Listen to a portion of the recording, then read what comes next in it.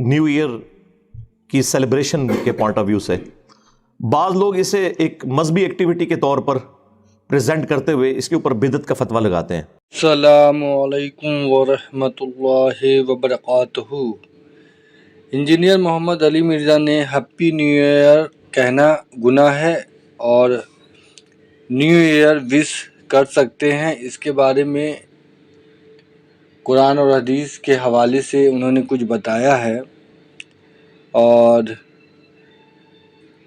Happy new year message جو کرتے ہیں یا کسی کو بولتے ہیں اس چیز کے بارے میں بھی انہوں نے ذکر کیا ہے، اور یہ صحیح ہے یا غلط ہے اس کے بارے میں پورے تفصیل سے انہوں نے اس ویڈیو میں ساری چیزیں رکھی ہیں، تو آپ خود بھی سن سکتے ہیں، اور اللہ ہم سب کو ہر چھوٹی بڑی گناہ کرنے سے بچائے، آمین ثم آمین۔ ایک تو اس کا وہ پہلو ہے کہ اس رات کے اندر اگر کوئی بے حیائی کا کام ہوتا ہے یا کوئی فضول خرچی ہوتی ہے ضرورت سے زیادہ، تو اسے تو یقیناً ہم کنڈیم کریں گے، اور اس کا تعلق صرف نیو ایئر نائٹ کے ساتھ نہیں ہے۔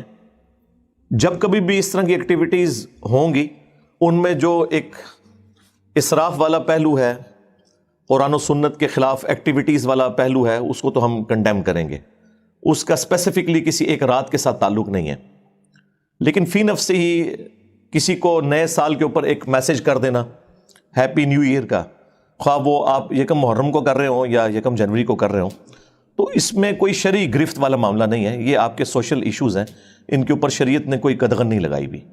لہٰذا وہ جو حدیث جو سنن ابی داؤد کے اندر موجود ہے، من تشبہ بقوم فہو منہم، جو کسی قوم میں مشابہت اختیار کرتا ہے ان کی، وہ ان میں شمار کیا جائے گا، یہ اس کیٹیگری میں فال نہیں کرتا، وہ اسپیسیفکلی ریلیجس ایکٹیویٹیز میں انوالومنٹ ہے۔ جس طرح آپ سمجھ لیں ہولی دیوالی کے موقع کے اوپر ان ایکٹیویٹیز کے اندر شامل ہونا، کرسمس کی ایکٹیویٹی کے اندر شامل ہونا جو اسپیسیفکلی ایک شرک کے اوپر مبنی ایکٹیویٹی ہے۔ ظاہر ہے ہمارا تو عقیدہ نہیں ہے کہ حضرت عیسیٰ ابن مریم جو ہیں وہ نعوذ باللہ اللہ کے بیٹے ہیں، یا اللہ ہی نے عیسیٰ ابن مریم کا روپ دھارا ہوا ہے۔ کل ہماری تفصیلی ویڈیو بھی اس حوالے سے ریکارڈ ہو چکی ہے، اپلوڈ ہو گئی ہے، 25 دسمبر کو میں نے پچھلی دفعہ وہ کی تھی، پچھلے سنڈے کو۔ تو اسلام چونکہ توحید کے معاملے میں سینسٹیو ہے، اور یقیناً اس پوری کائنات کا مقصد ہی توحید کی پہچان ہے، تو اس میں تو ہم کوئی کمپرومائز نہیں کریں گے۔ اسی طریقے سے اگر کوئی سکھوں والا کڑا پہن لیتا ہے یا کوئی ہندوؤں والا سندور اپنے ماتھے پہ لگا لیتا ہے، یہ ساری کی ساری ریلیجس ایکٹیویٹیز ہیں، یا گلے کے اندر سلیب کا لٹکا لینا۔ ایک ٹائی پہننا ہے، ٹائی تو اس کیٹیگری میں فال نہیں کرتی، ظاہر ہے ٹائی تو ہندو بھی پہنتے ہیں، مسلمان بھی پہنتے ہیں، کرسچنز بھی پہنتے ہیں، جوز بھی، اور ایک ڈریس کے طور پر ہے۔ اگر یہ ریلیجس ایکٹیویٹی ہوتی تو ویٹیکن سٹی کے جو پوپ ہیں انہوں نے بھی ٹائی لگائی ہوتی، وہ سلیب ہی لٹکائی ہوئی ہوتی ہے۔ اسپیسیفکلی جو ریلیجس ایکٹیویٹی ہے کسی بھی مذہب کی، اس کو اڈاپٹ کرنا یہ اسلام کے اندر حرام ہے، بدعت ہے اور قابل گرفت ہے، اور اگر شرکی کیٹیگری میں کوئی چیز چلی جائے گی تو وہ تو بہت زیادہ پھر خطرناک معاملہ ہو جائے گا دنیا اور آخرت کے اعتبار سے۔ اللہ تعالیٰ اس طرح کی ایکٹیویٹیز سے تو ہمیں محفوظ رکھے، آمین۔ باقی یہ کسی کی برتھ ڈے کے اوپر کوئی میسج کر دینا اس کو، یا نیو ایئر کے شروع ہونے کے اوپر کوئی میسج کر دینا، تو یہ ریلیجس ایکٹیویٹی نہیں ہے، اس کو خام خواہ ریلیجن کے ساتھ جوڑنا یہ بڑی سخت زیادتی ہے۔ اور یہ کہنا کہ وہ لوگ کرتے ہیں اس لیے ریلیجس ایکٹیویٹی ہو گئی، تو وہ لوگ جن کی طرف آپ اشارہ کر رہے ہیں ان میں سے تو اکثر لوگ سیکولر ہیں، کئی ان میں سے ایتھیسٹ ہیں، ان کا مذہب سے کوئی لینا دینا نہیں ہے، اور اگر آپ اسی طریقے سے ریزیمبلنس بنانا شروع کر دیں گے پھر تو معاملہ خطرناک ہو جائے گا۔ پھر جو علماء یہ فتوے لگا رہے ہیں ان کے ہاتھوں میں جو 2-3 لاکھ روپے کے اسمارٹ فون ہیں، جن کو میں چھتر موبائل کہتا ہوں پنجابی میں، اتنے بڑے بڑے، تو وہ بھی اسی کیٹیگری میں فال کر جائیں گے۔ جن گاڑیوں میں وہ گھومتے ہیں، دندناتے پھرتے ہیں، اور جو اسلحہ وہ یوز کرتے ہیں، باقی ساری چیزیں جو یوز کر رہے ہیں، ایون آج تو قرآن بخاری مسلم بھی ان پرنٹنگ پریس کے اوپر پرنٹ ہو رہا ہے جو اجمیر شریف والوں کا بنایا ہوا ہے اور بغداد شریف والوں کا، یقیناً ان کا نہیں بنایا ہوا، یہ بھی گوروں کا بنایا ہوا ہے، تو یہ اس کیٹیگری میں چیزیں فال نہیں کریں گی۔ بدعت کی ڈیفینیشن کو آپ سمجھ لیں، بدعت کی جو ڈیفینیشن ہے بخاری اور مسلم میں، اس میں واضح الفاظ ہیں من احدث فی امرنا ھذا فہو رد، جس نے ہمارے امر میں جو ہم نے دین کے طور پر تعلیم کیا ہے اس میں کوئی چیز داخل کر دی وہ مردود ہے۔ یہ الفاظ ہی بتا رہے ہیں۔ ایک ایکسٹریم کے اوپر اہل حدیث حضرات کا موقف ہے جو ہر معاملے میں بہت سینسٹیو ہوتے ہوئے بعض اوقات بدعت کے معاملے میں غلو کا شکار ہو جاتے ہیں، اور دوسری طرف ہمارے حنفی لوگ ہیں، خصوصاً بریلوی دیوبندی اور اہل تشیع، یہ لوگ دوسری ایکسٹریم پہ چلے جاتے ہیں۔ حق درمیان میں ہے، بدعت کے معاملے میں بہت سینسٹیوٹی ہے، اس میں کوئی شک نہیں ہے۔ من احدث فی امرنا ھذا فہو رد، جس نے ہمارے دین کے اندر کوئی ایسی چیز داخل کر دی جو اس میں سے نہیں ہے وہ مردود ہے۔ اور ایک اور حدیث ہے بخاری اور مسلم میں، صحیح بخاری میں وہ ابن مسعود سے موقوفاً ہے، اور مسلم شریف میں وہ پوری مرفوع روایت ہے، جابر بن عبداللہ سے امام باقر علیہ السلام نے روایت کیا ہے، اور امام باقر علیہ السلام سے امام جعفر نے روایت کی ہے کہ نبی علیہ السلام جب کبھی بھی منبر پر خطبے کے لیے آتے تو آپ علیہ السلام فرماتے حمد و صلات کے بعد، اما بعد فإن خیر الحدیث کتاب اللہ وخیر الہدی ہدی محمد صلی اللہ علیہ وآلہ وسلم وشر الامور محدثاتها وکل محدثۃ بدعہ وکل بدعۃ ضلالہ وکل ضلالۃ فی النار۔ کچھ الفاظ جو ہے نا اس کے وہ سنن ابی داؤد کے اندر اور جامعہ ترمذی میں ہیں، کچھ سنن نسائی میں ہے، میجورٹی جو پورشن ہے وہ صحیح مسلم میں 2005 نمبر یہ حدیث ہے، اور موقوفاً ابن مسعود سے بخاری کے اندر بھی موجود ہے کہ نبی علیہ السلام نے فرمایا کہ آگاہ ہو جاؤ، سب سے بہترین کلام اللہ کی کتاب ہے، سب سے ہدایت یافتہ راستہ محمد صلی اللہ علیہ وآلہ وسلم کا ہے، بدترین کام وہ ہیں جو دین میں خود سے داخل کر دیے جائیں، ایسے جو کام ہیں یہ بدعتیں ہیں، تمام بدعتیں گمراہیاں ہیں، اور تمام گمراہیاں جہنم میں لے جانے والی ہیں۔ اللہم اجرنا من النار۔ اب اس کی وجہ سے نبی علیہ السلام نے کیٹاگوریکلی ایک حق بات امت تک پہنچا دی۔ لوگ جو بات بات میں پوچھ رہے ہوتے ہیں کہ جی یہ منع کہاں ہے، یہ منع کہاں ہے، بھئی ایک جملے سے چیز منع ہو گئی۔ بخاری مسلم دونوں میں حدیث ہے، نبی علیہ السلام نے فرمایا کہ مجھے اللہ نے جوامع کلمات کے ساتھ مبعوث کیا ہے، یعنی بات میں مختصر کرتا ہوں اور مفہوم گہرا ہوتا ہے۔ اب یہ مختصر سی بات ہے کہ سب سے بہترین کلام اللہ کی کتاب ہے، سب سے ہدایت یافتہ راستہ محمد صلی اللہ علیہ وآلہ وسلم کا ہے، بس اتنی بات ہوتی نا تو آپ کے لیے پھر بھی کوئی گنجائش نہیں کر سکتی تھی کہ ہاں آپ کا بھی ہے لیکن وہ زیادہ بہترین ہے۔ لیکن ساتھ جو کہا نا وشر الامور محدثاتها، اور بدترین کام وہ ہیں جو خود سے انوینٹ کر دیے جائیں، اور یہ کام بدعتیں ہیں، اور تمام بدعتیں گمراہیاں ہیں، اور تمام گمراہیاں جہنم میں لے جانے والی ہیں۔ تو اب اس کے بعد کوئی گنجائش نہیں رہے گی، خواہ کوئی نیکی کا کام بھی کرے وہ بدعت کی کیٹیگری میں فال کرے گا۔ مثال کے طور پر اگر کوئی شخص عید کی اذان دینا شروع کرتے تو کسی حدیث میں یہ مینشن نہیں ہوا کہ عید کی اذان منع ہے، صرف احادیث میں بخاری مسلم میں یہ آیا ہے کہ نبی علیہ السلام عید کے لیے اذان نہیں دلواتے تھے، لیکن آپ نے کہیں نہیں فرمایا کہ میں منع کرتا ہوں یا اذان دینا گناہ کا کام ہے۔ اذان تو بڑا نیکی کا کام ہے، بخاری مسلم دونوں میں حدیث ہے کہ اذان کی آواز سے شیطان کی ہوا خارج ہو جاتی ہے اور وہ وہاں سے بھاگ جاتا ہے کئی کلومیٹرز دور تک۔ تو عید کے موقع کے اوپر تو دو اذانیں ہونی چاہیے، کہ بعض لوگ تو صرف عید کے لیے مسجد میں آ رہے ہوتے ہیں، لیکن عید کے لیے اذان کوئی نہیں ہے، اذان نہیں ہے، اقامت بھی نہیں ہوتی، ڈائریکٹ نماز پڑھی جا رہی ہوتی ہے۔ کبھی کسی بریلوی نے، کسی دیوبندی نے، کسی شیعہ نے، کسی اہل حدیث نے اذان نہیں دی، پوچھیں کیوں، وہ کہتے ہیں ثابت نہیں۔ لیکن بریلوی حضرات سے تو ہم پوچھیں گے، آپ کے نزدیک تو ڈیفینیشن ہی نہیں، آپ کہتے ہیں جو بھی نیکی کا کام ہو، خواہ قبر پہ اذان دینا ہو، خواہ اذان سے پہلے درود و سلام پڑھنا ہو، وہ ہم نے کر لینا ہے کیونکہ نیکی کا کام ہے، اس کو کون منع کر سکتا ہے؟ تو آپ کی ڈیفینیشن میں تو یہ ہونا چاہیے، تو وہ کہیں گے نبی علیہ السلام سے ثابت نہیں۔ تو بس یہی ہماری ڈیفینیشن تھی کہ جو دین کے امر میں چیز ثابت نہیں ہے نا فہو رد، وہ مردود ہے۔ البتہ یہ یاد رکھیے گا، دین کو جو سپورٹیو چیزیں ہیں نا، دین کی ترویج کی خاطر اصلی دین اپنی جگہ ہوتے ہوئے ان چیزوں کو دین کی سپورٹ کے طور پر رکھنا، اس کا حکم ہے نبی علیہ السلام کی طرف سے۔ اور وہ چیز ہے جس کی وجہ سے لوگ دھوکہ دیتے ہیں کہ جی مسجد میں قالین بچھانا، مسجد میں ایئر کنڈیشن لگوانا، مسجدوں کے مینار بنانا، اس میں محراب رکھنا، سپیکر لگانا، یہ بھی تو نبی علیہ السلام کے زمانے میں نہیں ہوتا تھا۔ اور بھائی کوئی شخص نماز پڑھتے ہوئے یہ نیت کرتا ہے کہ اوپر اس قالین کے، نیچے اس پنکھے کے، سامنے اس اے سی شریف کے، منہ طرف خانہ کعبہ شریف، اس کا دین سے کیا تعلق ہے؟ اگر حج کے اوپر ہم بائی ایئر ٹریول کرتے ہیں اونٹ پہ سفر نہیں کرتے, گدھے پہ سفر نہیں کرتے, تو حج کی ایکٹیویٹیز تو وہی ہیں. ایون وہاں پہ بھی صفا مروہ کی اسی طریقے سے صحیح آپ نے کرنی ہے, خواہ ویل چیئر کے اوپر کر رہے ہوں یا پیدل کر رہے ہوں. طواف کعبہ آپ سواری کے اوپر کریں یا پیدل کریں, ایکٹیویٹی تو وہی ہے. نبی علیہ السلام نے خود اونٹ کے اوپر طواف کعبہ کیا ہے تاکہ لوگ آپ کی زیارت کر لیں. اور یہ بھی جھوٹ ہے کہ نبی علیہ السلام نے پیدل حج کیا ہے, آپ علیہ السلام نے سواری پہ حج کیا ہے. بھی خام لوگوں نے نا پیدل حج کیا جی, بڑا ثواب کا کام ہے. خود بھی مصیبت میں ڈلتے ہیں, ساتھ فیملی کو بھی عذاب میں ڈالتے ہیں. بھئی اللہ نے فیسلٹی دی ہے, نبی علیہ السلام نے بھی یوز کیا, آپ بھی یوز کریں. ہاں اگر صرف کوئی بیچلرز گئے ہوئے ہیں تو پیدل حج کرنا آسان ہے, کیونکہ آپ جلدی اپنے معاملات کو ٹیکل کر لیتے ہیں. وہ آپ جائیں گے تو آپ کو اندازہ ہو جائے گا انشاءاللہ تعالیٰ. تو اصل ایکٹیویٹیز اپنی جگہ پہ ہیں, لہٰذا یہ بدعت کی کیٹیگری میں فال نہیں کرتی. ان کی مثالیں دینا بالکل غلط ہے صرف اپنی بدعتوں کو حلال کرنے کے لیے کہ جی یہ کام بھی تو ہو رہے ہیں نا. یہ دین میں داخل نہیں ہوئے, یہ دین کو سپورٹیو ہے. اور اس کی اصل وہ حدیث ہے جو صحیح مسلم کے اندر ہے کہ نبی علیہ السلام کے پاس کچھ نیو مسلمز آئے اور کپڑے بھی پورے نہیں تھے ان کے جسموں پہ, بعض لوگ ننگے پاؤں تھے, بعض ننگے بدن تھے. نبی علیہ السلام کو ان کی حالت کے اوپر بڑا ترس آیا.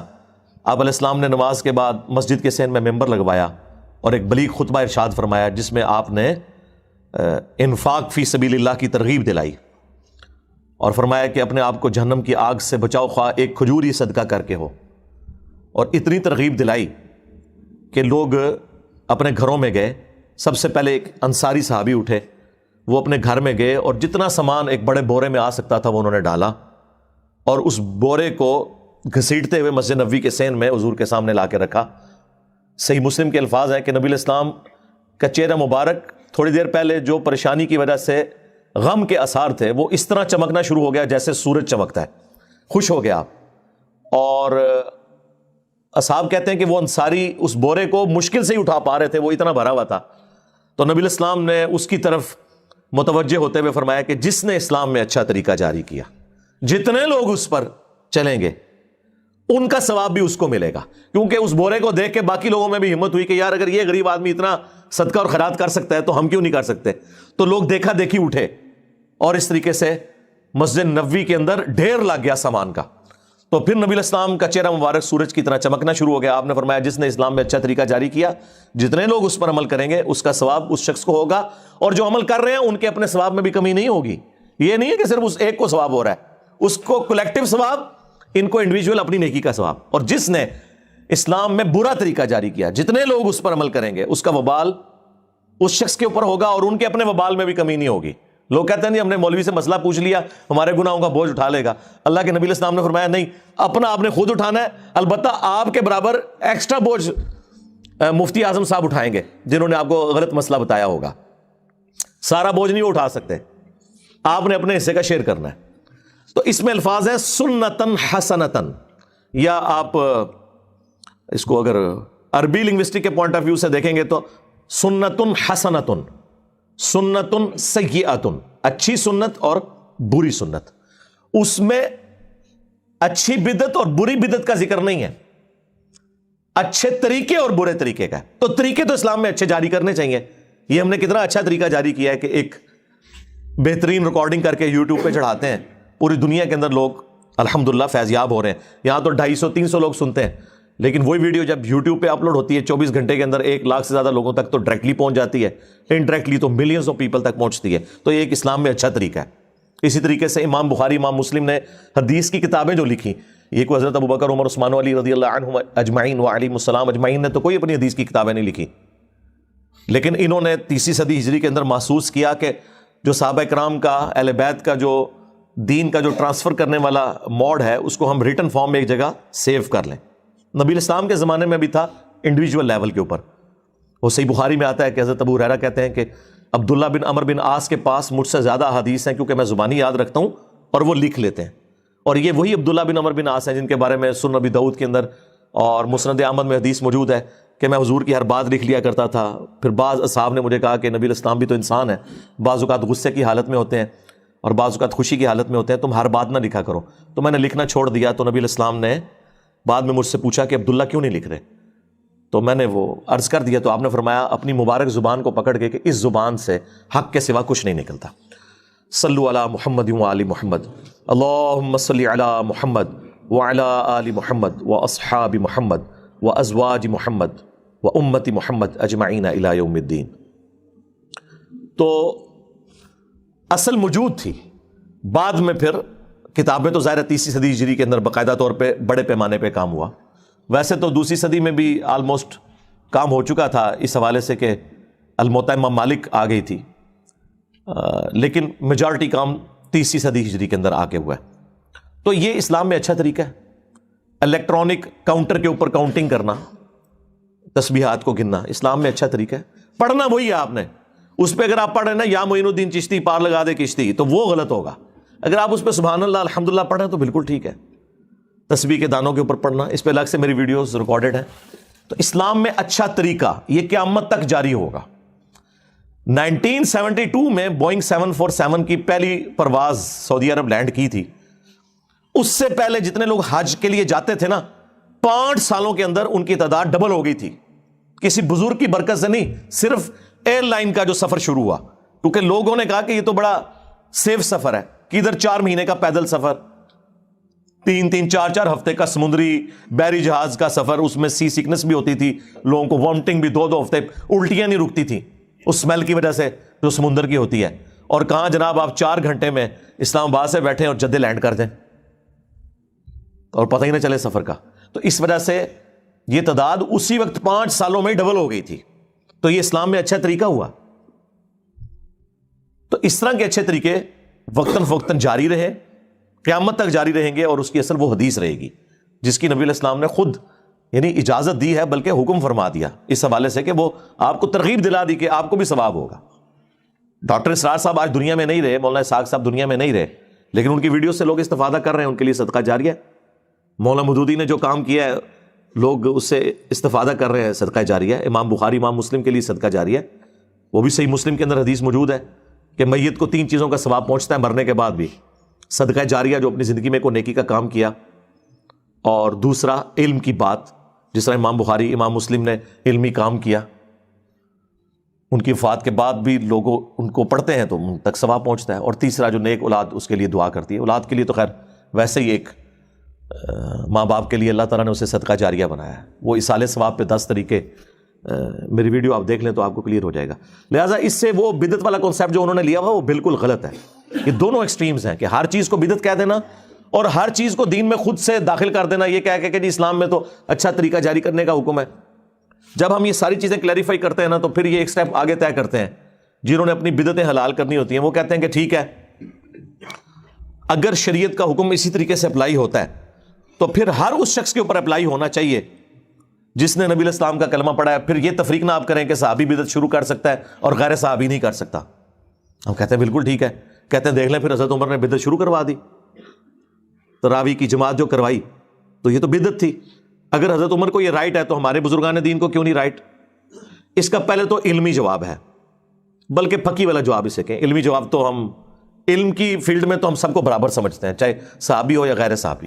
پہلے پھکی والا جواب ہے کہ خلفاء راشدین کے لیے تو اسپیسیفکلی حدیث ہے ابو داؤد ترمذی میں، علیکم بسنتی و سنت الخلفاء الراشدین المہدیین، تم میرے بعد بہت اختلاف دیکھو گے، اس وقت میری سنت کو اور میرے خلفاء راشدین کی سنت کو لازمی پکڑ لینا اپنی داڑھوں سے، اور دین میں نئی نئی بدعتوں سے بچنا۔ ہر بدعت گمراہی ہے اور یہ تمام گمراہیاں جہنم میں لے جانے والی ہیں۔ یہ اسپیسیفکلی خلفاء راشدین کے مخالفین کے لیے بات ہوئی تھی، اور خلفاء راشدین کے پیچھے نبی علیہ السلام کھڑے ہیں، تمام صحابہ کے پیچھے نہیں، خلفاء راشدین کے پیچھے۔ اور اس کے پیچھے حکمت یہ ہے کہ اگر کوئی صحابی انڈیویجول لیول کے اوپر کوئی ایسا کام کرے گا جو قرآن و سنت کے منافی ہے تو وہ اس کا ذاتی عمل ہوگا، لیکن خلیفہ راشد اگر کوئی ایسا کام کرے گا نا، وہ ذاتی عمل نہیں ہوگا، وہ پبلکلی رپورٹ ہوگا اور لوگ اسے ہائی لائٹ کریں گے، اور اس ہائی لائٹ ہونے کی وجہ سے اپنا ڈیسیژن واپس لے لے گا۔ یہ آپ کو فرق سمجھ آیا؟ اس لیے خلفاء راشدین کی سنت کو لازم قرار دیا گیا۔ اب اس کی کئی ایک مثالیں ہیں، وہ پھر 1 گھنٹہ اور لگ جائے گا مجھے۔ مسئلہ 197 میرا تقلید کے اوپر ریکارڈڈ ہے، اور مجھ پہ اماموں کی گستاخی کا فتویٰ لگایا گیا، اس میں میں نے پھر صحابہ کرام سے مثالیں دی ہیں کہ وہ بھی اپنی غلطیوں کے اوپر رجوع کرتے تھے۔ چلیں تبرکن آپ لے لیں، بخاری مسلم دونوں میں حدیث ہے کہ مسجد میں بیٹھ کے حسان ابن ثابت نعتیہ اشعار پڑھ رہے تھے، تو حضرت عمر اپنے دور خلافت میں قریب سے گزرے اور انہوں نے صرف تیکھی نظروں سے ان کی طرف دیکھا۔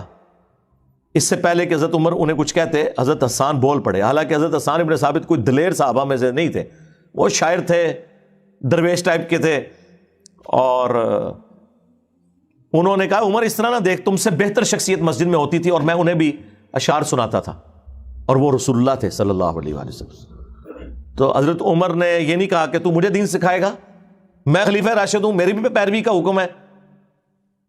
آپ نے فرمایا کہ اپنی اس بات کے اوپر گواہ لے کے آؤ۔ اس سے یہ بھی پتہ چل گیا کہ حضرت عمر کو یہ حدیث نہیں پتہ تھی کہ نبی علیہ السلام نعتیہ اشعار سنتے تھے، تو اگر امام حنیفہ تک کوئی حدیث نہیں پہنچی تو کیڑی ٹینشن لینے دی لوڑ ہے تانوں۔ اچھا، پھر انہوں نے حضرت ابو ہریرہ کی طرف اشارہ کیا جو سامنے بیٹھے تھے، تو حضرت ابو ہریرہ نے کہا کہ میں گواہی دیتا ہوں امیر المومنین، نبی علیہ السلام نعتیہ اشعار سنتے بھی تھے، بلکہ آپ علیہ السلام نے تو ان کے لیے دعا کی کہ اللہ روح قدس کے ذریعے حسان کی مدد فرما، جس طرح تو نے جبرائیل علیہ السلام کے ذریعے حضرت عیسیٰ ابن مریم کی مدد کی تھی، وَأَيَّدْنَاهُ بِرُوحِ الْقُدُسِ جو قرآن میں آیا۔ تو حضرت عمر فاروق خاموش ہو گئے رضی اللہ تعالیٰ عنہ، ایکسیپٹ کر لیا اور وہاں سے چلے گئے۔ اور یہ بھی ثابت ہو گیا اس سے کہ حضرت عمر حضرت ابو ہریرہ کو ایک سکہ راوی تصور کرتے تھے۔ یہ بھی بعض منکرین احادیث کی طرف سے اعتراض کیا جاتا ہے، اس کے اوپر الگ سے میری ایک ویڈیو ہے، وہ اختلاف ہو گیا تھا بعد میں، لیکن وہ ایک اور نوعیت تھی، اور اس میں ہم حضرت ابو ہریرہ کو حق پہ سمجھتے ہیں۔ تو اس طرح اختلاف رائے دلائل کی روشنی میں کرنے کے اوپر خلفائے راشدین کبھی بھی اپنی پیروی کا حکم لوگوں کو نہیں دیا کرتے تھے۔ تو یہ کہتے ہیں جی وہ حضرت عمر نے تراویح کی جماعت شروع کروا دی تو انہیں کیا رائٹ پہنچتا ہے؟ تو اب علمی جواب بھی اس کا سن لیں کہ حضرت عمر نے کوئی ایسا کام دین میں نیا جاری نہیں کیا کہ جو نبی علیہ السلام نے خود نہ کیا ہو۔ انہوں نے صرف تراویح کی جماعت کی سنت کو رینیو کیا، جو آلریڈی بخاری مسلم میں آیا کہ نبی علیہ السلام نے 3 دن تک تراویح پڑھائی تھی جماعت کے ساتھ۔ چوتھے دن جب لوگوں کا ہجوم ہو گیا، آپ اپنے حجرے سے باہر نہیں نکلے اور فجر کے وقت نکلے، اور آپ نے فرمایا کہ مجھے معلوم ہے کہ تم لوگ انتظار کر رہے ہو، لیکن اس ڈر سے کہ یہ امت پہ نماز فرض نہ کر دی جائے میں اپنے حجرے سے نہیں نکلا۔ اور ایک روایت میں بخاری مسلم کی آتا ہے کہ نبی علیہ السلام ناراض ہو گئے، آپ نے فرمایا اپنے گھروں میں جا کے نماز پڑھو۔ بخاری مسلم میں حدیث ہے کہ مرد کی سب سے افضل نماز فرض کے بعد وہ نفلی نماز ہے جو اپنے گھر میں ادا کرتا ہے۔ اور مسلم شریف میں الفاظ ہیں کہ اپنے گھروں کو قبرستان نہ بناؤ، اپنی نفلی نمازوں کا کچھ حصہ اس میں پڑھا کرو، اس سے برکت ہوگی۔ یہ صحیح مسلم کے الفاظ ہیں۔ تو نبی علیہ السلام نے ترغیب دلائی۔ تو اس میں مجھے بتائیں جو کام نبی علیہ السلام نے 3 دن کیا اس کو کوئی 30 دن کر لے تو بدعت کیسے ہو گیا جبکہ وہ نفلی کام ہے؟ ہاں اگر حضور نے نہ کیا ہوتا، یا آپ کہتے کہ جی یہ کرنا حرام ہے، یا میں ہمیشہ کے لیے اسے منع کر رہا ہوں، اب کوئی بھی جماعت سے نہیں کرے گا، 3 دن آپ نے کیا، اصل چھوڑ دی، اور اس کی وجہ بھی بتا دی کہ مجھے خدشہ ہے کہ تم پہ فرض نہ کر دی جائے۔ اب نبی علیہ السلام کی وفات کے بعد بخاری مسلم میں آتا ہے کہ مسئلہ ان اٹینڈڈ رہا، حضرت ابوبکر صدیق نے اس کو اسی طرح چھوڑے رکھا، کیونکہ حضرت ابوبکر صدیق رضی اللہ تعالیٰ عنہ سنت کی پیروی کے معاملے میں بہت سینسٹیو تھے، حضرت علی بھی اور حضرت ابوبکر بھی، لیکن ان کے اگینسٹ حضرت عمر اور حضرت عثمان وہ بعض اوقات اپنا ذاتی اجتہاد بھی کرتے تھے، اس میں کچھ معاملات صحیح بھی ہوئے اور کچھ دونوں سے مس ہینڈل بھی ہوئے، جس کی وجہ سے آج ہمیں کئی لیکچر ریکارڈ کروانا پڑتے ہیں پھر، ٹھیک ہے۔ لیکن حضرت ابوبکر اور حضرت علی ان دونوں میں خوبی تھی کہ وہ سنت سے ذرا بھی نہیں ہٹتے تھے۔ آپ کو پتہ ہے جب قرآن لکھنے کا معاملہ آیا ہے اس میں بھی حضرت ابوبکر کہہ رہے تھے کہ میں وہ کام کیوں کروں جو نبی علیہ السلام نے نہیں کیا، وہی تو آپ نے لکھوائی تھی، لیکن ایک جگہ 2 گتوں میں اس طرح جمع کر کے نہیں دیا امت کو۔ بہرحال خیر پھر انہوں نے اس معاملے میں کہا کہ مشورہ اچھا ایکسیپٹ کر لیا۔ یعنی حضرت ابوبکر صدیق رضی اللہ تعالیٰ عنہ ہر معاملے میں نہ سے سٹارٹ کرتے تھے کہ پہلے میں دیکھوں گا حضور نے کیا ہے نہیں کیا، پھر آگے تک آئیں گے کہ یہ ضرورت ہے کہ نہیں، پہلے تو ہوگی نہ، پھر جب کاہل کوئی کر لے گا تو ٹھیک ہے وہ ہاں۔ یہ پوری تفصیل آپ کو بخاری میں مل جائے گی قرآن کی کتابت کے پوائنٹ آف ویو سے، جو جنگ یمامہ ہوئی تھی اس کے بعد۔ بہرحال یہاں پہ ان اٹینڈڈ رہا مسئلہ حضرت ابوبکر صدیق کے دور میں۔ حضرت عمر کے بھی بخاری کے الفاظ ہیں کہ کچھ عرصہ شروع کے کچھ سال یہ ان اٹینڈڈ رہا مسئلہ۔ پھر حضرت عمر نے ایک دن مسجد میں آئے، بخاری کے الفاظ ہیں، دیکھا کہ لوگ ٹولیوں کی شکل میں نا ایک ایک حافظ کو آگے رکھ کے تو نفلی نمازیں مختلف جگہ مسجد میں ادا کر رہے ہیں۔ اس کا مطلب یہ ہے کہ آلریڈی کئی جماعتیں مسجد میں ہو رہی تھیں، اس کو کوئی بدعت نہیں سمجھ رہا تھا، کیونکہ ہر بندے کو تو قرآن زبانی یاد نہیں ہے، اور اس وقت تو لوگ لکھنا پڑھنا بھی بہت کم لوگ جانتے تھے، تو ایک ایک مرضی کا حافظ آگے کیا، ایک کونے میں قرآن سن لیا۔ ان کے لیے تو قرآن ایک مزے کی چیز تھی نا، جس طرح آپ رات کو سٹوری سن کے سوتے ہیں کیونکہ آپ کی اپنی زبان میں ہے، ان کے لیے تو قرآن ان کی اپنی زبان میں تھا، وہ تو انجوائے کرتے تھے اسے۔ تو نبی علیہ السلام کی وفات کے بعد یہ ٹولیوں کا سلسلہ جاری رہا۔ پھر حضرت عمر نے کچھ عرصہ تو دیکھا آپ نے دور خلافت میں، پھر آپ نے کہا میں ان ساروں کو ایک امام کے پیچھے کیوں نہ جمع کروں. تو پہلا جھوٹ تو یہ ہے کہ حضرت عمر کے اوپر یہ بہتان ہے کہ انہوں نے جماعت شروع کروائی، غلط ہے. کئی جماعتوں کی ایک جماعت کی، جماعت شروع نہیں کروائی، جماعت خود حضور نے کروائی تھی صلی اللہ علیہ وآلہ وسلم، اور اس کو چھوڑنے کی وجہ یہ بتائی تھی تم پہ فرض نہ ہو. تو حضور کے بعد تو وہی نازل نہیں ہونی تھی، اس لیے صحابہ کرام اپنی اپنی ٹولیوں میں پڑھتے تھے. اور حضرت تمیم داری کو اور ابی ابن کعب کو صحیح بخاری میں آتا ہے حکم دیا کہ انہیں نماز پڑھائیں. اور الموطا امام مالک میں الفاظ موجود ہیں کہ انہیں حکم دیا کہ 11 رکعتیں پڑھائیں ان کو. 8 نوافل ہوتے تھے اور 3 وتر، 11 رکعتیں پڑھتے تھے. 20 والی روایت بھی الموطا امام مالک میں ہے، لیکن یزید بن رومان نے حضرت عمر فاروق کا زمانہ نہیں پایا، وہ منقطع روایت ہے. 11 والی روایت موجود ہے، الموطا امام مالک کے اندر بھی ہے اور مشکات کے اندر بھی انہوں نے نقل کی ہے یہ روایت. اس کے بعد پھر وہ تابعی کہتے ہیں، صحیح بخاری کے الفاظ ہیں کہ حضرت عمر ایک دن مسجد میں آئے اور لوگوں کو دیکھا کہ ایک امام کے پیچھے پڑھ رہے ہیں تو بڑے خوش ہوئے اور انہوں نے الفاظ بولے، نعم البدعۃ ہذہ، یہ کتنی اچھی بدعت ہے. یہاں بدعت سے مراد دین میں نیا کام نہیں تھا، ورنہ جب وہ یہ بول رہے تھے تو لوگ کہتے کہ حضرت اچھی بدعت کون سی ہوتی ہے. وہ ان کو پتا تھا کہ میں بدعت کن معنوں میں کہہ رہا ہوں. ایک سنت جو 3 دن تک تھی اسے رینیو کیا، پلس مختلف ٹولیوں والے اماموں کو ایک امام ان کے اوپر مقرر کیا ایک دین میں. یہ آپ سمجھ لیں یہ انہی معنوں میں تھی سنتن حسنتن. لیکن بدعت کا جو کہ لفظ انہوں نے یوز کیا اس سے لوگوں نے پلی لے لی کہ جی دین میں اچھی بدعت جاری کر سکتے ہیں. ہم کہتے ہیں ٹھیک ہے آپ بدعت کا لفظ بھی بول لیں، ہمیں کوئی اعتراض نہیں، لیکن کام آپ نے وہ کرنا ہے جو حضور نے خود کیا ہو. کرو جتنی مرضی بدعت کرو، لیکن اس کی اصل دین میں موجود ہو. یعنی نبی علیہ السلام نے کبھی سفید پگڑی باندھی، کبھی کالی باندھی، کبھی آپ نے ٹوپی بھی پہنی، کبھی سرخ چادر بھی رکھ لی. ایک بندہ پوری زندگی سفید پگڑی باندھتا ہے، ہم اسے نہیں کہیں گے تم جو ہے وہ گناہ گار ہو، اصل موجود ہے باندھو. ایک صرف کالی باندھتا ہے، کوئی اعتراض نہیں، کرو. نبی علیہ السلام نے ہمیشہ سفید کپڑے نہیں پہنے، آپ نے سبز بھی پہنے، آپ نے سرخ بھی پہنے، آپ نے کالے بھی پہنے. میری پوری تفصیلی ویڈیو ہے اس کے اوپر. لیکن ایک بندہ ہمیشہ ہی سفید کپڑے پہنتا ہے، ٹھیک ہے ہم اسے کہہ دیں گے اچھی بدعت ہے کرو. لیکن یہ بدعت اس لیے نہیں ہوگی کہ وہ ایک سنت ہے. ہاں اس اعتبار سے بدعت ہے کہ حضور نے ہمیشہ سفید نہیں پہنے تھے، آپ نے مختلف رنگوں کے پہنے ہیں تو آپ ٹھیک ہے یہ کریں، ان معنوں میں کریں آپ جتنا مرضی، لیکن آپ اس کی اصل تو دیکھیں. میں اکثر کہتا ہوں ہمارا مقدمہ آپ انٹرنیشنل کورٹ میں لے جائیں، گورا بھی ہماری بات کو سمجھ لے گا. تم لوگوں نے اس لیے نہیں سمجھنا کہ تمہارے بابے تمہیں غلط دین بتا گئے، تمہیں یہ نظر آتا ہے کہ اب اس کی بات سنیں گے تو بابوں کا کیا بنے گا. بھائی بابوں کو چھوڑو، اپنی آخرت کی فکر کرو اور اپنا رشتہ اس شخص کے ساتھ مضبوط کرو جس کی قبر مدینے میں ہے.